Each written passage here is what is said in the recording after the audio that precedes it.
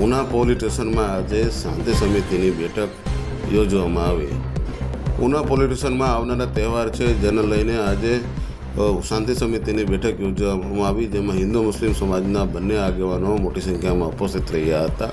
કાયદો વ્યવસ્થા વિશે વાત કરવામાં આવી હતી, ટ્રાફિક વિશે વાત કરવામાં આવી હતી, જેને લઈને પીઆઈ ચાવડા સાહેબના અધ્યક્ષસ્થાને આ શાંતિ સમિતિની બેઠક યોજવામાં આવી હતી અને અંતે આ પૂર્ણ કરવામાં આવી હતી. જ્યારે ઉના તાલુકાના દરેક સમાચાર લોકલ સમાચાર જોવા માટે અમારી ઉના ન્યૂઝ ચેનલ સબસ્ક્રાઈબ કરો.